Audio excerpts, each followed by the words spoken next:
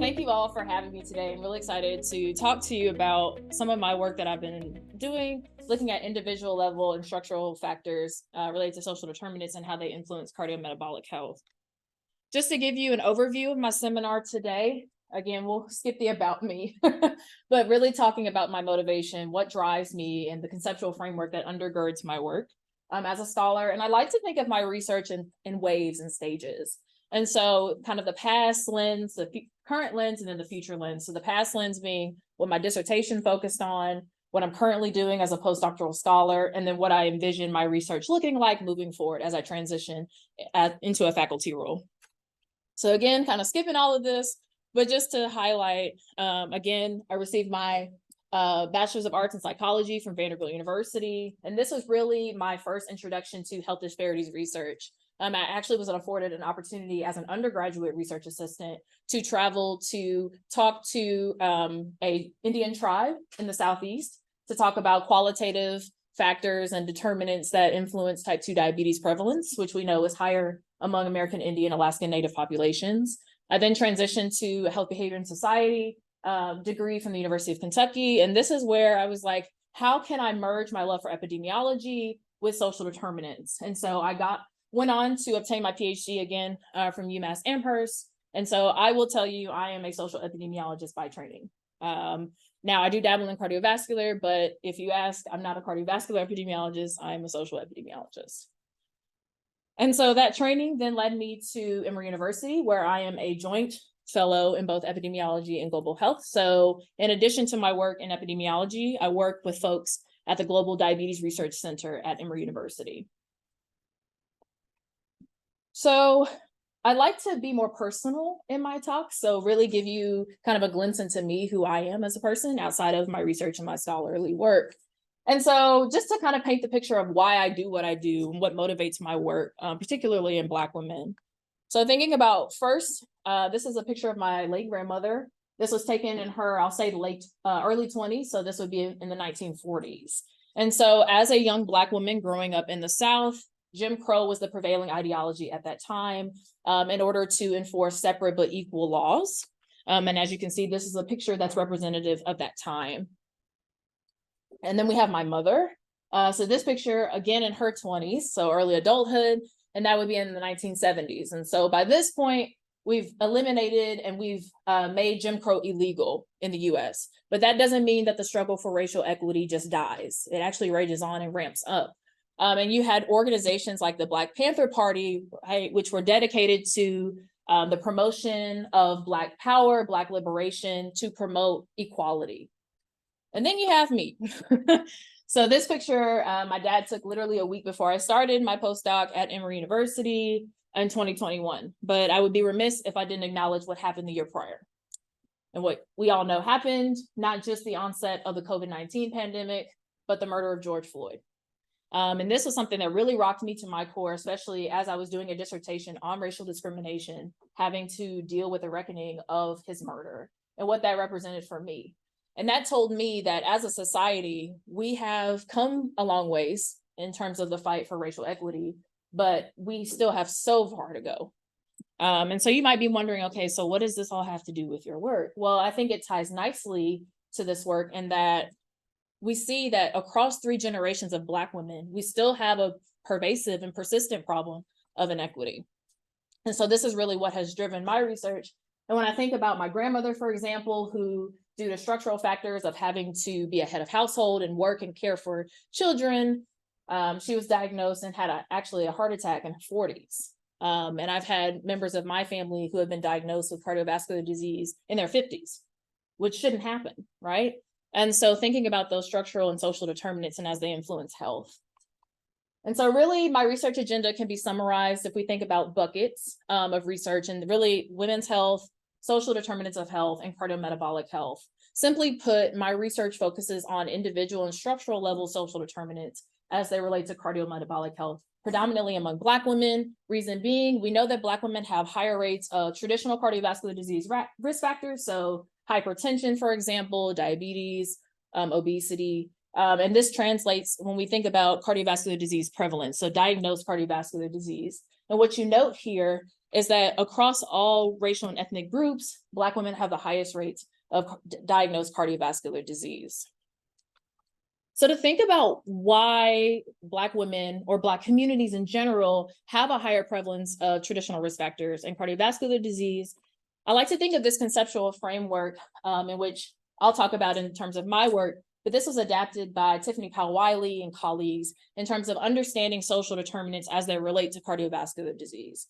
So the way that I operationalize and I like to think about determinants is that we can think about them in two domains, right? So we can think about them in terms of these structural, like fundamental determinants, and things like structural racism, for example, and discrimination, access and quality when we're thinking about healthcare and education opportunities, when we're also thinking about socioeconomic status, right? So one's income and occupation status, and the social and built environment in which one lives.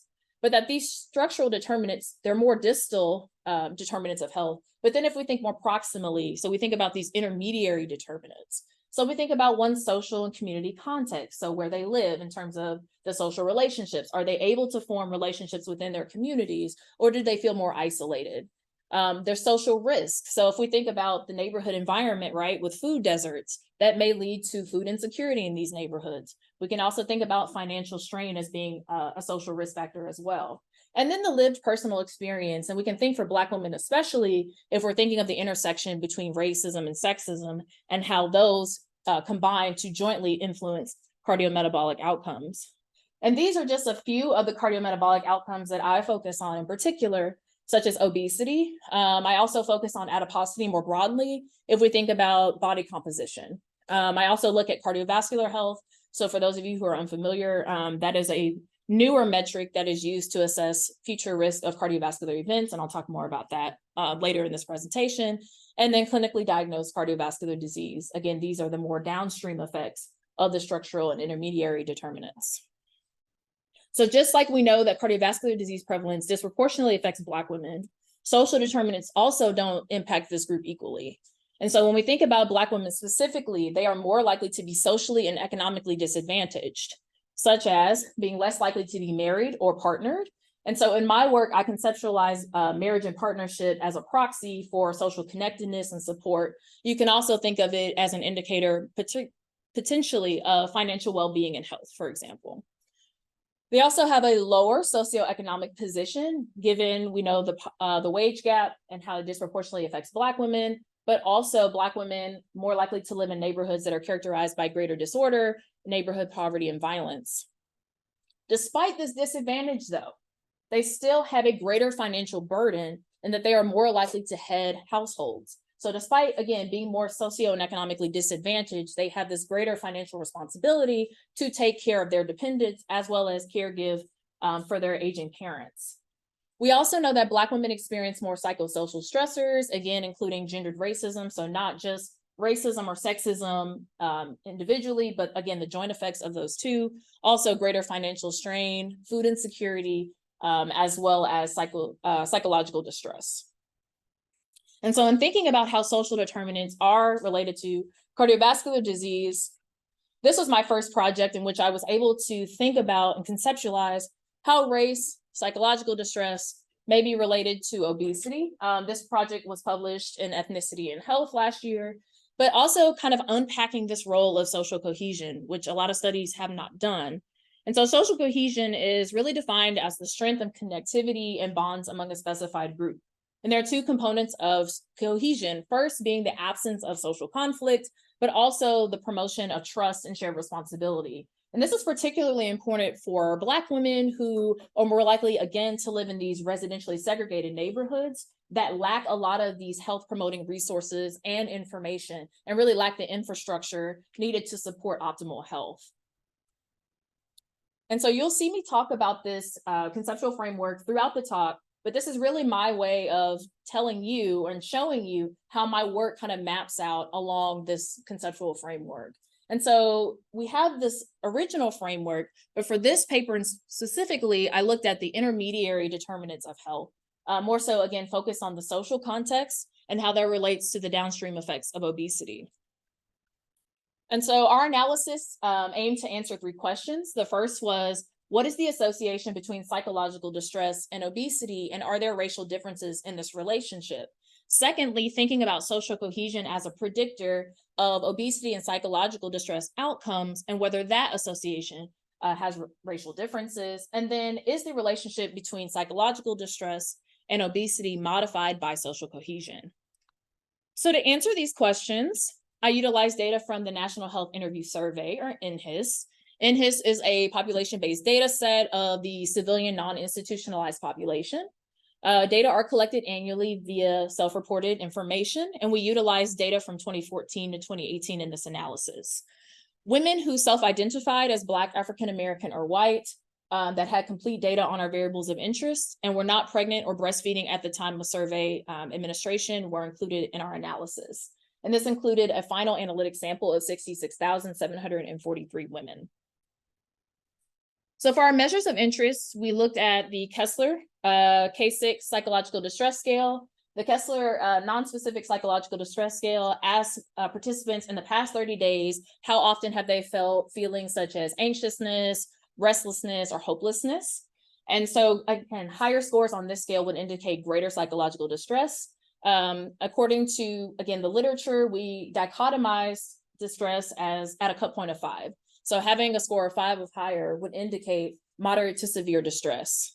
Obesity, self-reported based on BMI that was calculated by the NHIS investigators. Again, consistent with what we know about definitions of obesity, a BMI greater than or equal to 30 represents obesity. And then for social cohesion, we utilize the 4-item Raudenbush measure that really asks participants about the perceptions of how they perceive cohesion within their neighborhoods. So do they feel that people are close-knit within their neighborhoods? Do they feel that they can count on people in their neighborhoods? And we categorize this as low, moderate, and high for this analysis. In regards to the approach, because we know that Black women have a higher prevalence of obesity compared to white women, we utilize race-stratified logistic regression models to account for within race differences, but we were also interested in testing for between race differences, and so we fit an interaction term to assess those differences. I'll just note that all of the descriptive statistics that you see, as well as the effect estimates, are survey weighted, again, to promote generalizability and validity of those estimates. So this is just some brief characteristics, sample characteristics of our NHIS participants. As you'll note here on the slide, Black women were younger compared to white women. They were also more likely or less likely to have higher income compared to white women, and also less likely to be college educated. We also see racial disparities in social cohesion levels, particularly when we think of high cohesion. So high cohesion is better, right? It's better for health and to promote health. But what we see here is that there is a significant discrepancy in the report of high social cohesion, such that about only 38% compared to 56% of white women are reporting high social cohesion levels. And though we don't see racial differences in the prevalence of psychological distress, again, not surprisingly, Black women have a higher prevalence of obesity compared to white women in the sample. So this table is depicting associations between psychological distress and social cohesions as independent predictors of obesity, stratified by race. So what I will do is walk you through the stratified analyses first, and then we'll talk about potential racial differences. So if we start with the top half of the table, looking at psychological distress and that association with obesity, we see that for both Black and white women, greater psychological distress was associated with a higher prevalence of obesity. Now we see here that the P for interaction is not significant. So this would tell us that the relationship between psychological distress and obesity is the same for both Black and white women. Although the effect estimates are slightly different, again, no racial differences in that association. But we see a different picture emerge when we look at social cohesion as a predictor of obesity. Specifically for Black women, there was no association between level of cohesion and obesity. But for white women, we see a steady decrease in the prevalence of obesity with increasing levels of social cohesion. And so this P for interaction would suggest that there are racial differences, and we can denote this by the non-significant associations in Black women and significant associations for white women. In this table, we're depicting the relationship between social cohesion as a predictor of psychological distress as an outcome. And again, to walk you through, again, very stratified, in Black women, we actually do see that higher levels of social cohesion are associated with a lower prevalence of psychological distress. But I will point out, if we look at the effect estimate sizes for both moderate and high levels of cohesion, they're relatively similar. And so we kind of talk about this as more of a threshold effect, that more is not necessarily better in this demographic. But we see, again, for white women, similar to what we saw for obesity, again, increasing levels of social cohesion were associated with a lowering of prevalence of psychological distress. And the test for interaction was significant, indicating racial differences. Though I'm not denoting this in these slides, I will say for the third question of, is there a relationship between psychological distress and obesity being modified or buffered by social cohesion? We did not find evidence that that was the case for either Black or white women. So in terms of thinking about how my work is contributing to the larger literature, some limitations and then next steps. So again, social cohesion was associated with better mental and physical health for white women, but less so again for Black women. Again, we didn't see significant associations in obesity, and we see a threshold effect for psychological distress. But what this tells us is that social cohesion and social relationships more broadly are really important to look at in terms of how they influence health outcomes and really understanding the underlying mechanisms by which these associations are related to health. Of course, being that this is in his data, it's a cross-sectional design, so that's obviously a limitation of this analysis. And we only looked at perception of social cohesion within neighborhoods. And so though cohesion within residential areas is important, maybe for Black women in particular, there are other areas in which they receive cohesion, such as through their sororities or through faith-based organizations. So looking at other avenues and other ways that women can have social cohesion outside of the residential area. But some of the next steps that we propose, including looking at a longitudinal design, again, to understand how social cohesion is longitudinally related to cardiometabolic health. Also looking at other neighborhood factors such as disorder and violence and how they may be associated with racial differences in obesity. And again, just highlighting again, looking at additional sources of social cohesion as they relate to cardiometabolic health. So my next paper that was published in Women's Health Issues, I really wanted to look at psychosocial stress specifically and how this is related to body composition and adiposity in Black women. And we know that racial discrimination is a prevalent and salient form of psychosocial stress that Black women disproportionately experience. And so this paper was looking at racism-related experiences and measures of adiposity in Black women, specifically women with lupus. And so for those of you who are unfamiliar with the etiology of lupus, it's an autoimmune disorder that is characterized by unpredictable symptom onset and severity, impacting multiple organ systems. And so we know that there are differences, racial differences in the morbidity and mortality of lupus, such that Black women are more likely to be diagnosed with lupus and actually die at younger ages from lupus. So there's been a lot of work recently that has looked at psychosocial factors that may explain why Black women are dying at younger ages from lupus. And so racial discrimination, again, being a chronic external stressor, is something that investigators have started to look at more as, again, a potential explanation for why Black women are dying at younger ages. And we know that in the literature, racial discrimination, adiposity, and lupus share physiologic pathways in terms of the promotion of pro-inflammatory cytokines. But a lot of the work so far that has looked at racial discrimination and disease outcomes in Black women have really focused on more overt forms of racial discrimination. There's been less work that's looked at the more subtle forms of discrimination, such as microaggressions, and even the threat of experiencing discrimination without an actual event occurring. And so for our analysis, our two primary research questions were, what is the association between overt forms of racial discrimination and how do they influence adiposity among Black women with lupus, but really understanding the understudied facets of racism. So what about microaggressions and vigilance and how they may be related to adiposity among Black women with lupus? Again, contextualizing the work in terms of this conceptual framework, Here we were really interested in the lived personal experience being an intermediary determinant of health and how it affects adiposity levels more broadly as a cardiometabolic outcome. So data from this study are from the Black Women's Experiences Living with Lupus study or the Be Well study. Participants were Black women aged 18 to 79 at baseline data collection who had been diagnosed with lupus living in the metropolitan Atlanta area. It includes both interviews as well as a physical examination, and we included women who had complete data on our racism-related experiences, which I'll define momentarily, and our covariates of interest. I'll note that we did have differing sample sizes based on the outcome of interest. So we had more complete data for body mass index and percent body fat. So that N was 432. We did have 4 women who were additionally missing either waist or hip circumference measurements. And so that's why the N is 428. So in terms of our measures, when we're thinking about racism-related experiences, so we define overt discrimination based on the everyday discrimination scale. So this is a 9-item scale in which participants are asked about different domains or settings in which they've experienced discrimination. So 2 of them I've provided on the slide as being harassed or threatened or being deemed unintelligent. And so I'll say here that there's an attribution question that is also asked for participants as well. So participants are then asked if they've experienced discrimination in any of these settings, what is the reason that they think that they experienced the discrimination? So how do they attribute this experience of discrimination?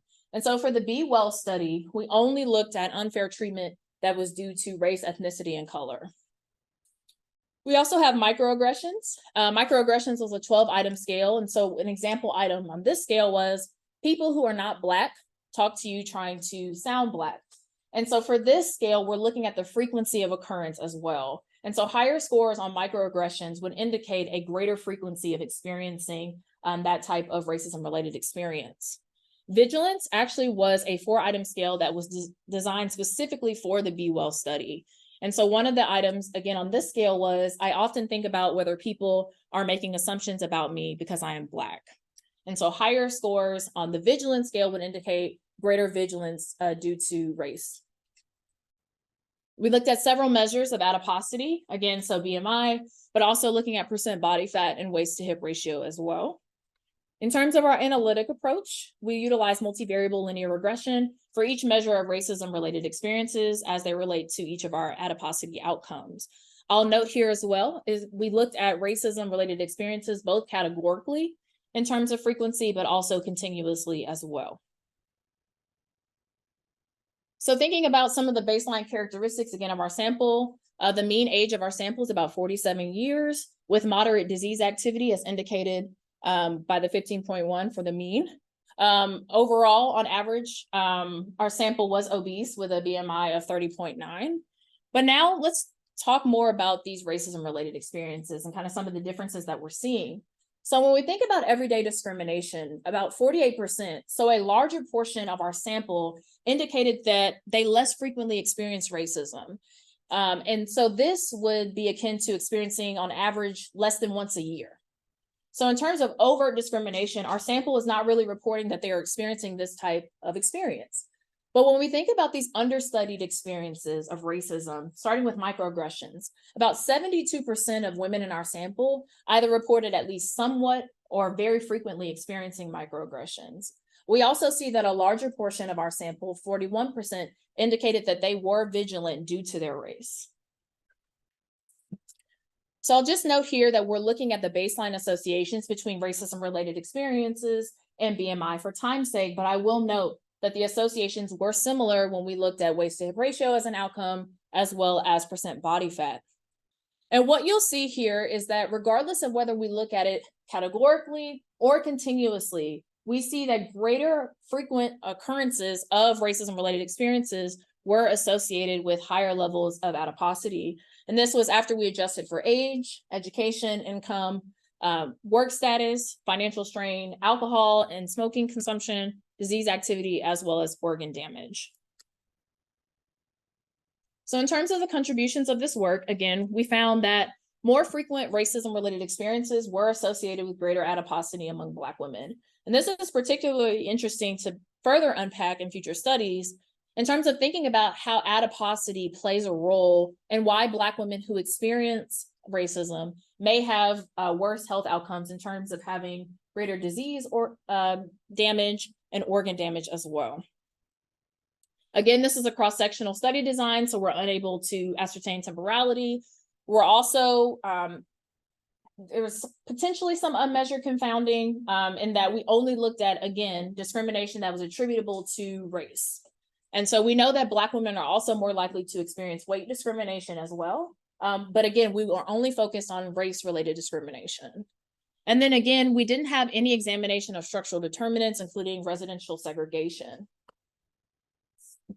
And so we highlight in the paper that future studies should integrate these macro level determinants along with these individual lived experiences.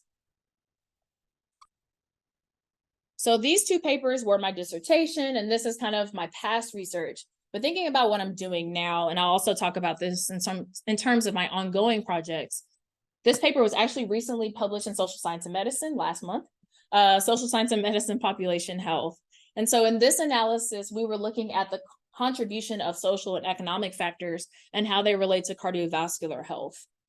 And this is really important in that in about the past decade, we've seen a shift in focus from disease to primary prevention. So not just focusing on cardiovascular disease when it's diagnosed, but how are we able to prevent it before it gets to a clinically diagnosed disorder? And so Don Lloyd-Jones in 2010 published this Life Simple 7 at the time. It was just recently updated to be the Essential 8.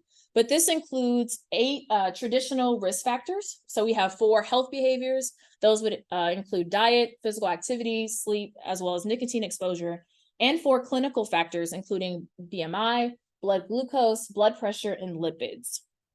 And so these are traditionally accepted risk factors for cardiovascular disease. But similar to what we see for cardiovascular disease, we also see disparities in terms of cardiovascular health. And so when we look at cardiovascular health scores across race and gender group, we see that Black women have the lowest scores compared to all other gender race groups. So again, why is that? What are the determinants? What's driving that association? Why are we seeing a higher or a lower cardiovascular health score in Black women? And so this may be attributable to social determinants of health. Again, that's kind of my work, is that everything ties back to social determinants of health. But thinking about disparities, again, in the social and economic factors. And again, as I've alluded to earlier, we know that Black women are less likely to be married or partnered. They earn fewer cents on the dollar. And they're also still, again, despite this burden, this financial disadvantage, still are expected to carry the financial burden in their families. And so for this analysis, we focused on both structural and intermediary determinants of health, primarily focusing on SES, as well as social risk, and how they influence cardiovascular health. So the 2 research questions of interest were, first, what magnitude of the racial disparity in cardiovascular health by gender is accounted for by the included social and economic factors? And 2, which specific factors contribute to the largest portion of this disparity? So to answer these questions, we utilized data from the National Health and Nutrition Examination Survey, or NHANES. Similar to NHANES is also a population-based data set of the civilian non-institutionalized population. The difference being is that NHANES also includes a home examination component in addition to the interviews. And we utilized data from 2011 to 2018 in this analysis. We included women and men who self-identified as Black, African American, or white, had complete data on our social and economic factors and cardiovascular health, and were not pregnant or breastfeeding for an analytic sample of 8,019 women.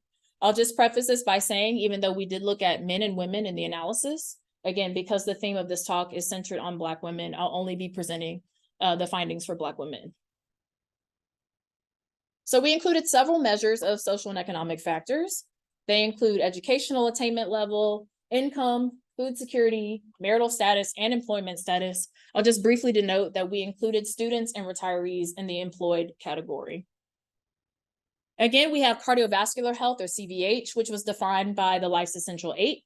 So each of those 8 factors that I alluded to earlier, the health behaviors and the clinical factors, were each scored from 0 to 100. So a higher score would indicate a more desirable health state for that specific metric. And then we calculated an overall CVH score by averaging across those 8 indicators for an overall score ranging from 0 to 100. And that would indicate, a higher score would indicate better cardiovascular health.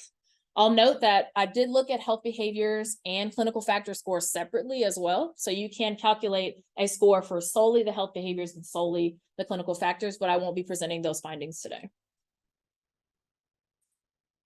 So in terms of moving the needle forward in health disparities research, we are always thinking about the inclusion of social determinants, but what are some novel methodological approaches that we can utilize in order to address some of these longstanding issues in disparities research?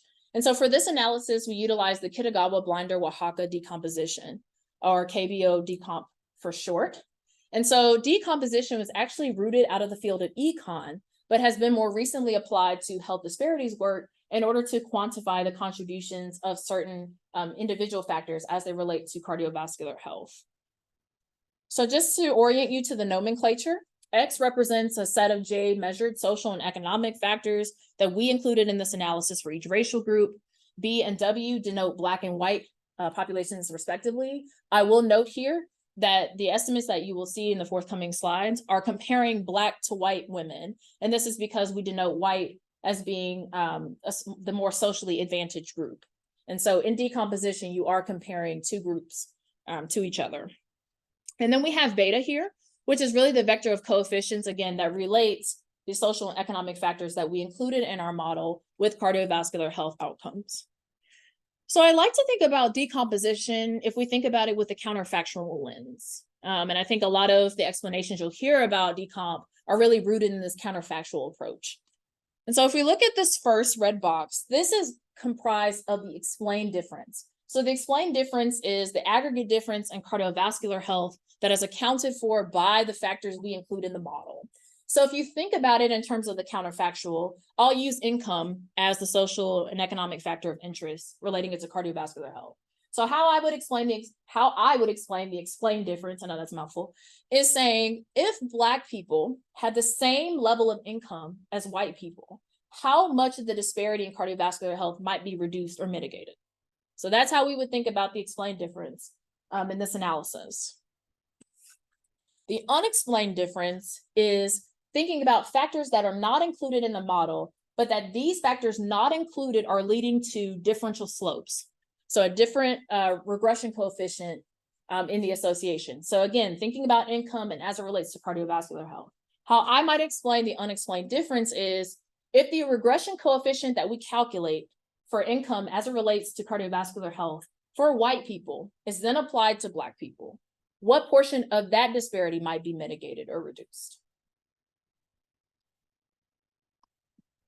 Okay, so now that we know decomposition, looking at some of the descriptive characteristics of our sample. So again, similar to what we saw in the NHIS analysis, we see that Black women are younger.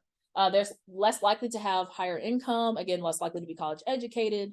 We don't see differences in employment status. So employment status is relatively similar for Black and white women. But again, we do see disparities in food security. And not surprisingly, Black women are more likely to be never married compared to white women. So this table is looking at the contributions of each of the social determinants or social and economic factors and how they relate to cardiovascular health. So I'll kind of walk you through this table here. So first, let's look at the total difference. And what we see in the total difference is that we see a statistically significant difference in cardiovascular health scores. So if you recall, we're comparing Black women to white women in this table. And what this just suggests is that Black women have a lower age-adjusted cardiovascular health score compared to white women. So then if we further look at the explained difference, we see that the explained difference is basically explaining the entire difference that we see in cardiovascular health.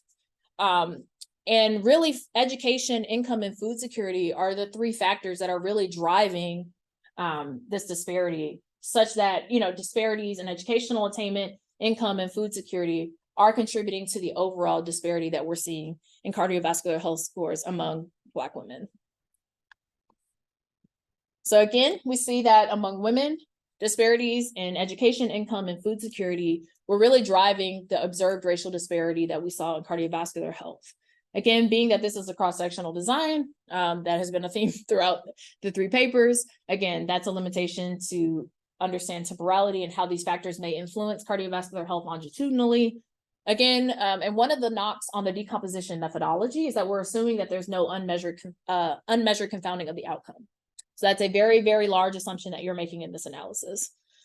We also don't have measures of structural racism. And so I'll just make this disclaimer here. I am by no means saying that if you increase income levels, if you increase education levels, that's the magic wand that will just eradicate disparities. That's not true. We know that Black women of higher SES and education still have significantly higher morbidity and mortality in cardiovascular health. And so that's something that I'll just preface and contextualize these findings by saying that. But really, that's why we need additional research to really understand these upstream drivers. So what is the socio-political, as Tiffany Powell-Wiley states, the socio-political and economic context, how is that influencing these intermediary and the structural determinants that we're seeing in health? So in terms of what I'm currently working on and what I'm looking forward to working on as I advance in my career, I just want to briefly kind of go back over some of the contributions and implications of my work thus far. And so my work has been able to examine individual level determinants related to cardiovascular risk factors in Black women, and specifically applying these more novel, though not novel in terms of how long they've been around, in terms of applying this to health disparities work. It's novel in that we're utilizing these approaches to quantify contributions of social determinants to these observed racial disparities. But there's been a shift in my research, and that, again, I'm interested in structural factors and how they relate to cardiometabolic health outcomes. And so one study that I'll briefly mention, it's under review, as Dr. Urban was talking about. I presented this work at Epi Lifestyle earlier this spring, and we were looking at how historical redlining, which is a discriminatory lending practice, how that is associated with heart failure hospitalization outcomes among patients with heart failure. And so interestingly enough, when we looked at within race differences, we didn't see an association between historical redlining and heart failure for Black patients. But for white patients who lived in historically redlined areas, they actually had better health outcomes compared to white patients living in historically better areas. And so we hypothesized that gentrification may be an explanation for why that is. But in terms of between race differences, we did see that when we focus specifically on historically redlined areas, we did see that Black patients in these areas had significantly higher risk of readmission and number of hospitalizations compared to white patients in historically redlined areas. And so this work, again, suggests and really kind of affirms why we need to be looking at structural determinants and the legacy of structural determinants, and that structural racism does not affect groups equally. So in terms of looking ahead, so one of the papers that I'm currently working on, I'm really interested in structural determinants, but not just for traditional cardiovascular disease risk or clinically diagnosed disease. What about subclinical cardiovascular disease? And so I'm working on a project where we're looking at family friend incarceration, which is a significant structural determinant that disproportionately affects Black populations. How does that event and the appraisal of the incarceration, how do those things work, and how are they associated potentially with post-wave reflection? So we're looking at arterial stiffness, central systolic blood pressure, and other measures of central hemodynamics. Also examining how individual level and macro level determinants are related to cardiovascular disease in rural populations. So I'm actually working, it's a new collaboration working with the rural study. In our sample, we're looking at how housing instability is related to cardiometabolic health among adults in Alabama, and looking at potential race and gender differences. But in terms of thinking more long-term, in terms of what my future vision is for myself as I transition to an early career investigator position, thinking about a life course approach. And so sometimes we throw that around, but thinking about not just life course in terms of psychosocial stress at the individual level. What about structural racism and how that influences health across the life course? So I'm currently working on an analysis, and we're wrapping it up, in which we also did a decomposition analysis to quantify the contribution of family level social disadvantage and how that's related to early life cardiovascular health in children and adolescents. And then if I'm thinking about my K, which I am thinking about a K, and thinking about as I transition and procuring R01 funding as well, looking at structural racism in early life. How do we measure that? So thinking about incarceration, housing stability, education, just some of those factors, and how they're related to early and middle adulthood vascular function. And so incorporating some cardiovascular physiology in our work to understand, again, those subclinical factors. So I would be remiss if I did not thank my collaborators, Shivani Patel and Tanae Lewis, who are my co-mentors at Emory University, along with my collaborators of the rule study, my funding source through the T32 mechanism, and of course, the Black women that came before me that inspired me to continue on in this work.